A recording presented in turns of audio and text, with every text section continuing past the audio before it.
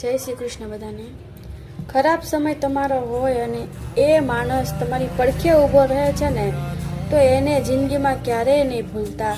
કારણ કે સારા સમયમાં તો પારકા પણ હાથ મિલાવતા હોય છે, પરંતુ જે ખરાબ સમયમાં, તમારા મુશ્કેલી સમયમાં જે સાથ આપે છે ને, એ જ તમારો સાચો ભેરુ કહેવામાં આવે છે।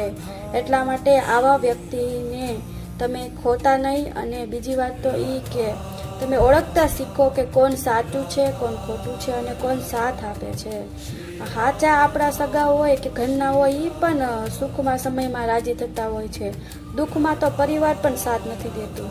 પરંતુ જે સાથ દે છે, ગમે ભરણ હોય, ગમે જાતિનો હોય, બરાબર, તમને સાથ દે છે એને જ સાચો ભેરું માનવાનું અને એને પણ આપણે સાથ દેવો જોઈએ। આટલું જિંદગીમાં ખાસ યાદ રાખવું, કારણ કે આ કળિયુગ છે, એવા 5% જ હોય છે। જય શ્રી કૃષ્ણ બધાને।